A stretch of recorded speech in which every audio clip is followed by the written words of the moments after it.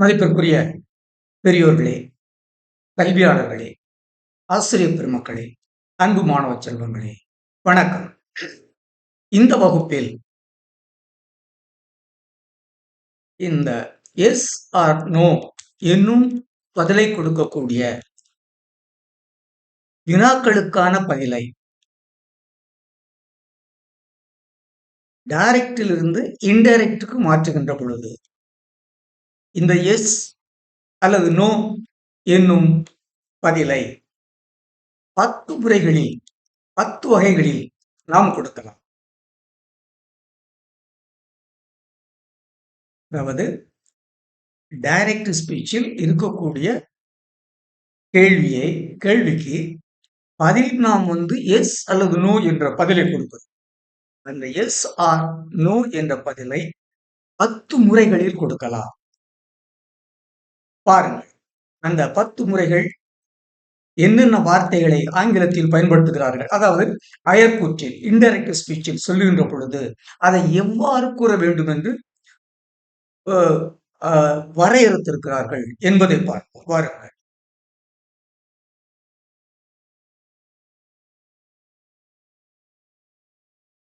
ஆங்கில இலக்கணம் direct and indirect speeches part 8 questions and yes or no answers. படக்காட்சி 260, நாள் 7/5/2024. Direct and indirect speech. Questions and yes or no answers. Direct question. He said, Rani, can you help me? கேட்கிறான். ராணி, can you help me? ராணி, எனக்கு உதவி செய்ய முடியுமா? Direct answer. Yes, said ராணி. No, said ராணி. ராணி 2 முறையும் S என்றும் சொல்லலாம், no என்று சொல்லலாம். இந்த இரண்டிற்கும் அவன் கேட்கிறான். அதாவது he said, Rani, can you help me? Question. Yes, said Rani. No, said ராணி. 2 வகையில எப்படி வேணாலும் சொல்லலாம். இப்ப இந்த டைரக்ட் கொஸ்டினை இன்டைரக்ட் கொஸ்டினை 2 வகையில கேட்கலாம் அப்படிங்கிறாங்க. பாருங்க.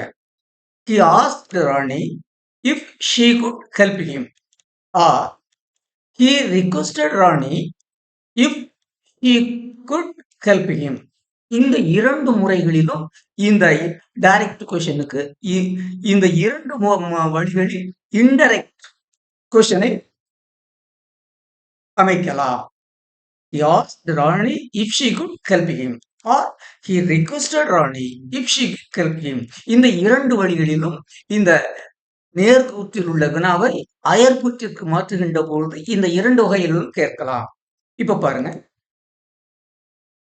Positive answer in indirect speech can be reported in 10 ways. இந்த சொல்றா இல்லையா டைரக்ட்ல எஸ் said Rani அப்படின்னு சொல்றான். அவனுக்கு இந்த அவ எஸ் சொல்லக்கூடிய அந்த பதிலை 10 முறைகளில் 10 வகைகளில் நாம் வெளிப்படுத்தலாம் இன்டைரக்ட் ஸ்பீச்சில். பாருங்க. Positive answer in indirect speech can be reported in 10 ways. 1. Rani replied positively. Rani responded positively. Rani answered affirmatively. Rani gave positive answer.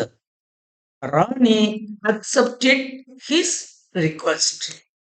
Rani honored his request. Rani okayed. Rani ascertained her help. Rani ascertained her help. Rani was ready to help him. Rani replied that she could help him.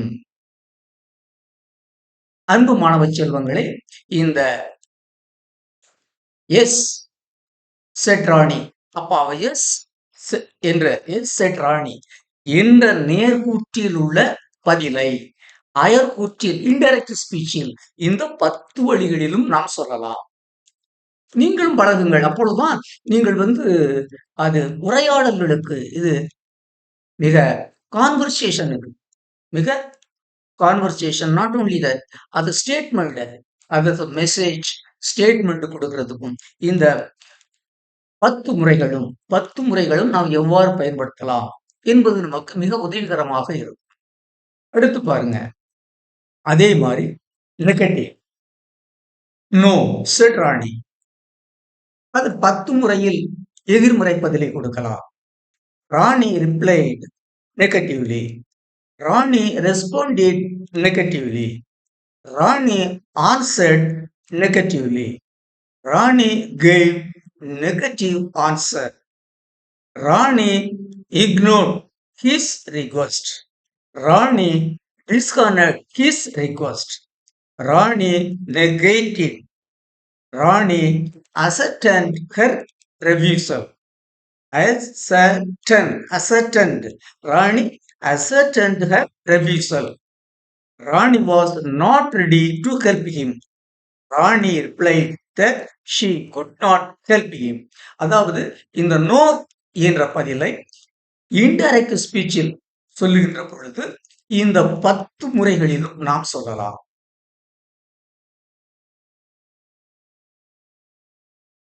எனவே அன்பு மாணவ செல்வங்களே, ஒரு S R no என்ற பதிலை கொடுக்கக்கூடிய கேள்விக்கு S அல்லது நோ என்ற பதிலை, எஸ் என்ற நேர்மறை பதிலை 10 முறைகளில் கொடுக்கலாம்.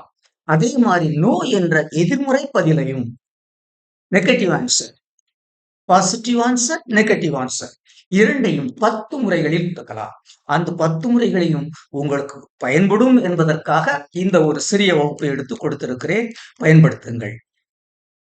இதுவரை இந்த வகுப்பை கவனித்த உங்கள் அனைவருக்கும் நன்றி கூறி விடைபெறுகிறேன். நன்றி, வணக்கம்.